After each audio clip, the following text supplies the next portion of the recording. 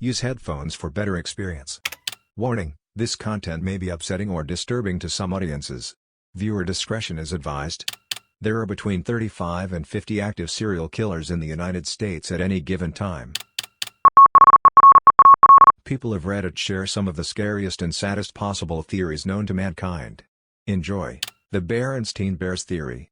Go to your mom's house sometime and take a look at all those old books, and you'll see that the name is, and has always been, Berenstein with an A. One theory states that the Berenstein dilemma is a small side effect of our universe intersecting with a parallel dimension sometime in the 90s, and everyone who remembers the bear's original surname are experiencing residual memories from another dimension. The first time I heard this I thought I was crazy because I distinctly remembered the original spelling with an E, because I always pronounced it Berenstein. There's a theory that our universe is in a false vacuum that will eventually collapse and completely destroy or ultimately alter our universe. This would mean that no matter how far we develop, no matter how many planets we will settle in, and no matter how many medical feats humanity will have accomplished, we would have a deadline where we would be forever deleted. For me it's solipsism. Easiest way to explain it is with a quote from Wiki: solipsism, the philosophical idea that only one's own mind is sure to exist. As an epistemological position, solipsism holds that knowledge of anything outside one's own mind is unsure. The external world and other minds cannot be known and might not exist outside the mind. As a metaphysical position, solipsism goes further to the conclusion that the world and other minds do not exist. Basically, every person you see, including family and friends, are possibly figments of your imagination and you can never know for sure. Terror management theory. The sole reason for every single human achievement throughout history is due to our innate and deep fear of death. We are beings that think beyond just instinct and understand that everyone human will cease to exist. This fear of non-existence has driven us to create everything we have made today. Kind of the opposite of the will to power theory in psychology. We are actually the most advanced beings in the universe right now, and the fear of invading aliens taking our planet for resources is actually just the fear of what we will become. Phase shift. Everyone has heard of phase change, water turning to ice because it loses energy. Well, oddly enough, the same thing can happen to our universe. We know this, because it has already happened. A short time after the Big Bang, a phase shift took place as the universe cooled. A part of the universe completely changed and destroyed the old part of the universe. This new universe then engulfed the old universe from the inside out, destroying everything and creating new laws of physics as it happened. This can potentially happen again, at any time. If it does happen again, everything will be destroyed in an instant. Consciousness is just a weird aberration in evolution, and other life in the universe may be highly intelligent, but not actually conscious. So, even if we found out there are aliens somewhere out there, we still, in a sense, are alone. The psychological zombie. Basically, what if there was a species of creature that perfectly mimicked humans? They would act like they had dreams and aspirations and opinions, but inside they had no free will. No consciousness at all. Here is a quote from Bill Bryson's A Short History of Nearly Everything on audiobook.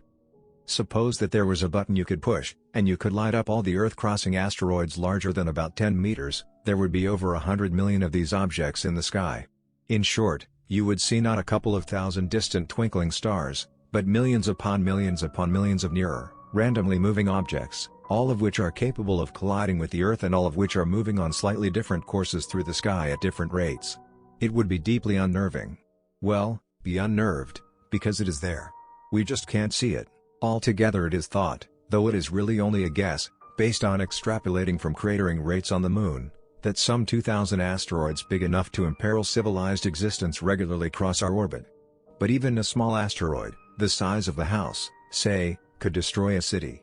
The number of these relative tittlers in Earth-crossing orbits is almost certainly in the hundreds of thousands and possibly in the millions, and they are nearly impossible to track. Our minds are just neurons firing off in a specific way. Every action and choice you make really isn't a choice at all. Every bad or good decision will be made no matter what. Our minds trick us into thinking we can make choices when in reality we are just another part of the universe being propelled by natural forces.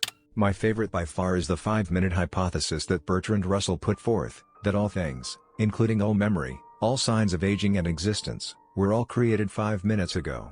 It's totally impossible to prove, but if you sit and think about every time you blink could have been the first time you ever actually did it. It will keep you up at night. The one I find the most currently concerning is gamma ray burst, GRB. We think we've seen them happen indirectly a few times in other galaxies, and they are scary. Basically, If a blue giant star goes up, it can form a GRB with a supernova. Whilst a supernova will pretty much never hit anything outside a few light years, a gamma flash can easily hit across the galaxy in effective range. If a strong GRB hits Earth, the entire atmosphere is taken with the GRB and the magnetic field of the Earth fails to go over it as well, rendering us extinct in milliseconds. The human eye only sees in a limited spectrum of electromagnetic waves. There is a theory that certain things only reflect waves outside our spectrum. This could explain feelings of paranoia or being watched when alone because there is something there you can't see. David Suzuki's 59th minute theory: the human race believes because we have existed this long that we are doing reasonably well in population control over our history and that we have time to correct the abundant overpopulation that has begun to weigh upon our existence. Based on the properties of exponential growth, this is incorrect. If bacteria doubles each minute in a test tube and it takes 59 minutes to fill half of the test tube from a single bacteria, the bacteria has no idea that despite surviving for 59 minutes, it has a mere minute remaining before hitting critical mass. We are the bacteria and we have mere seconds remaining at our rate of growth. Hygiene hypothesis: the idea that people are getting progressively more ill due to being too clean. A lack of childhood exposure to infectious agents, symbiotic organisms, and parasites increases the susceptibility of humans to allergic diseases by suppressing the natural development of the immune system. Hygiene hypothesis: the idea that people are getting progressively more ill due to being too clean. A lack of childhood exposure to infectious agents, symbiotic organisms, and parasites increases the susceptibility of humans to allergic diseases by suppressing the natural development of the immune system. The theory that we are living in a galactic dead zone. Either this area is uncharted space to other species that have been technologically growing and evolving, or there is nothing of interest in this area to the rest of the universe, or it's so far out that no one wants to make the trip to explore this region which has shown little promise. Why is this scary? The rest of the universe could be undergoing amazing advancements, and we apes could be stuck here, blowing each other up and hating ourselves, and never know the depths of the galaxy.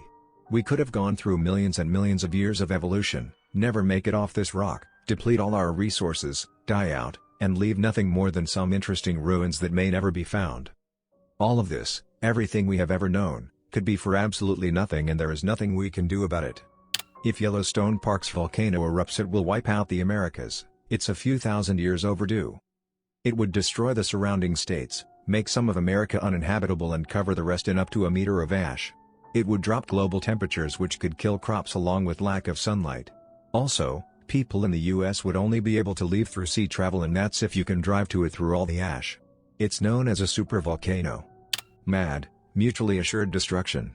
The theory that preventing nuclear holocaust rests upon having a store of weapons sufficient enough to launch a debilitating response. No one in power will want to initiate a nuclear attack for fear of being destroyed themselves. Pellegrino's 3 laws regarding alien races. 1. Their survival will be more important than our survival. If an alien species has to choose between them and us, they won't choose us. It is difficult to imagine a contrary case. Species don't survive by being self-sacrificing. 2. Wimps don't become top dogs. No species makes it to the top by being passive. The species in charge of any given planet will be highly intelligent, alert, aggressive, and ruthless when necessary. 3. They will assume that the first 2 laws apply to us. This is at the beginning of his book The Killing Star and lays out exactly how an alien species might create relativistic weapons that would snuff out all life on any planet they detect sentience from, with little effort on their part. I found it particularly chilling that all the "hey, we're here" broadcasts emanating, intentionally or not, from Earth are particularly suicidal. There is a theory that there's an elite group of bankers that have been in power for hundreds of years, who actually own nearly all of the world's central banks, therefore having complete power on money itself, therefore power over you, since money controls your life. Money controls your life, and there are men who control money. Pretty scary to think about, right? The scariest theory to me, personally, is heat death. Because of the entropy in the universe, one day everything will finally lose energy, atoms will stop moving, and all things will become cold and still. No life could exist past this point. It's not that one day, our race will die out that scares me. What scares me is that one day, someone will have the last thought of mankind. As the world's population continues to increase, as the wealth of nations continues to grow, and as humans continue to live longer, the scarcity of resources will be ever greater. Today, we largely live in a world of abundance, especially in Western culture. You need water? It's practically free. Food? No problem. Energy? Sure. These may be oversimplifications, but not by a whole lot for Western society. Should any of these become scarce in a developed world, the world will change drastically. In current times, we seem to have the thought that the world is big enough to support all of us all of the time. And until this point, and even into the future, it will be enough, but if and when this does change, it will change everything. We will more than likely see war, suffering and death on scales the world has never seen before, and which can barely be imagined now. You don't even need to go to another universe to get to parallel worlds.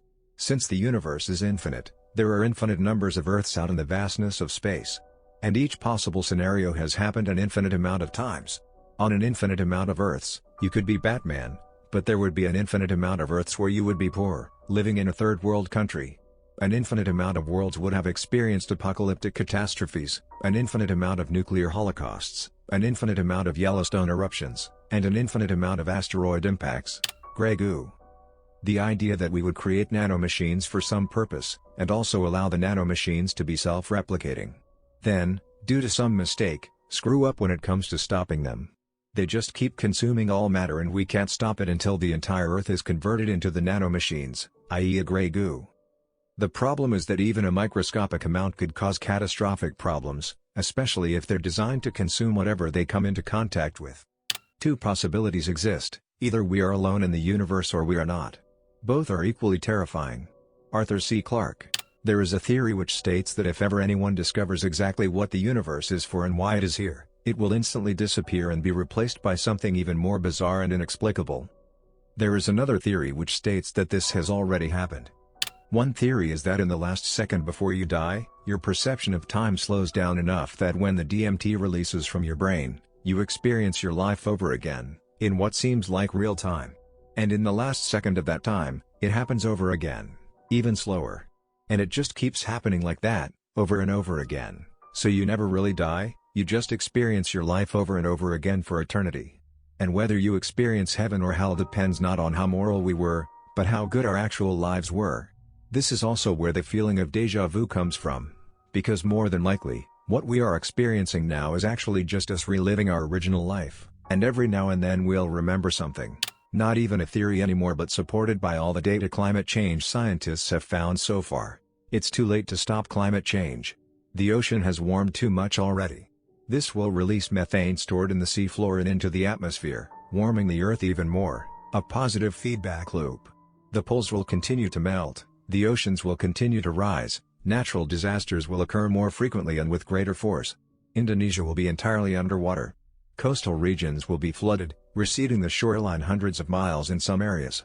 Billions of people will be displaced, food and clean water will be scarce. And the worst part is, it's all going to happen much sooner than anyone ever thought. Entropy. Think of a cup of coffee cooling down to the temperature of your room. Except the coffee is all things with heat, energy, stars, black holes, etc., and the room is empty space.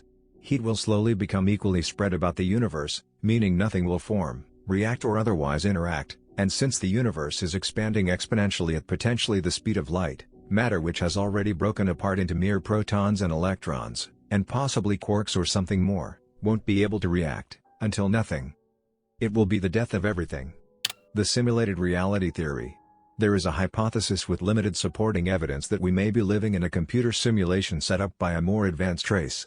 Just by sheer numbers, some planet within even 30 light-years of ours ought to have developed intelligent life. Radio waves are a pretty fundamental component of the universe, so if they had any comprehension of physics, odds are they would have been able to figure out ways to send radio signals as communication, just as our species did. So, there ought to be some planets out there with intelligent life that has developed radio technology, and since radio waves travel light speed, we should have detected some radio waves coming from somewhere at some point in time that resemble communication. But we never have. This suggests that intelligent life is very unstable, and doesn't tend to last long enough to get to the point where its footprints start to be observable from other planets, and that, if we're at all similar to those hypothetical civilizations, we're all doomed to go extinct pretty soon too. I think the idea of overpopulation is kind of scary, not because of the too many people part, but because there could be some serious nut jobs, who are in power, who would want to bring the numbers down way too fast. Not scary in the traditional sense, but any advanced civilization could be avoiding us because of our simplicity. For example, we make no effort to communicate with ants, because they cannot comprehend our methods of communication, or our thought processes, or the complexity of our way of life. So, we see them, acknowledge their existence, but just sort of live around them because they're not really of any use to us. That's terrifying to me, that we're not alone, that there's so much more for us out there, and so many possibilities, and we're just being consciously excluded from it because we're the runts of the civilized litter. Chimps have a 1% difference in their DNA than our DNA, that 1% made civilization, cities, countless inventions, and put us where we are today. The smartest chimps can do simple sign language, but a toddler can do the same with ease. Now imagine if there was another species, with a 1% difference in their DNA than ours, yet they were the advanced ones. Imagine how smart, more advanced they could be compared to us. That's the answer to Fermi's paradox, why aliens have not yet contacted us, despite the very high probability that they exist, is because there is an extremely violent super predatory alien race that is constantly looking for new worlds to enslave and eat their inhabitants. The other friendly aliens avoid us like the plague precisely because of that. They wish that we would cease our SETI programs, Voyager, and other attempts to make contact with ETs because they are afraid that we will attract the super predators. Much like other prey animals will avoid a lost fawn bleeding in the woods for its mother, the friendly aliens avoid us because they are afraid that coming to our rescue will also endanger their own civilizations. That is the scariest shit ever imaginable. That our NASA programs to explore Pluto or to land a probe on an asteroid are actually leaving a blood trail for our worst enemies to follow. Singularity theory. We literally might all be destroyed by our own creations in 20 years. It is real, and it is happening right now, with little to no regulation. Roko's basilisk is a proposition that says an all-powerful artificial intelligence from the future may retroactively punish those who did not assist in bringing about its existence. It resembles a futurist version of Pascal's wager, an argument suggesting that people should take into account particular singularitarian ideas, or even donate money, by weighing up the prospect of punishment versus reward. Furthermore, the proposition says that merely knowing about it incurs the risk of punishment. The theory that the Earth is moving towards the Sun at 1 inch per year and will eventually be swallowed up by the Sun. But don't worry, no one on Earth will be alive to witness this event because we will have been dead long before it happens. Most likely by cooking or freezing to death. It's one or the other depending on which side you are on when Earth leaves the habitable zone. Of course, we will most likely be wiped out by radiation by then. Possibly, but at the rate we are moving out of the last ice age and into a new age, we won't get to that point. We'll be burning alive long before that happens. Of course, the Sun could also supernova, wiping the galaxy off the map and wiping out any proof life ever existed here. That or UY Scooty could also supernova long before our Sun and still do the same thing. Either way, the human race is living on borrowed time. The selfish gene theory: everything you are is nothing but a survival vehicle for your genes. Your genes merely use you to propagate themselves, and the fact you are self-aware is just an evolutionary accident that can help to serve that purpose. The doomsday principle. You have a 50% chance of being one of the last half of humans ever born. However, with the current exponential rate of humans being born, this leads to the conclusion that the last human will be born within the next few centuries. I hope it is because we stop reproducing, and not any other reason. That Donald Trump is actually a double agent for the Democratic Party. Posing as a Republican candidate, he could be deliberately sabotaging the GOP's image to give the Democrats an advantage once the general election comes around. Thus, him being willing to sacrifice all respectability and his public image for the rest of his life towards a greater cause would make him a martyr. I would have to respect him immensely for that. The thought makes me shudder. According to the ancient scriptures, Genesis, Enoch, the Book of Jasher, etc., and many worldwide mythologies, there is a group of 200 evil celestial beings that are being held in chains until a certain time wherein they will be released to wreak havoc upon the world. These are those who taught mankind many things in ancient times, and mated with our women, creating the hybrid titans and gods of mythology. The idea that aliens exist, and according to Stephen Hawking, are hostile and follow a Darwinian model of existence, meaning they strive to be the best and compete with others to be the dominant organisms. Of course, his theory is based on what we know here on Earth with earthly organisms, so it's a bit biased, but still, it freaks me out knowing that a genius said this, which means there could be some sort of truth to it. Thank you for watching and for being subscribed to RetroReddit. Which theory did you find the most unsettling? Personally, I think Occam's razor applies to most of these, and so a lot of these theories are far-fetched or maybe, Occam's razor is created in the simulation itself and is therefore bound by the simulation. Stay safe folks, and until next time, goodbye.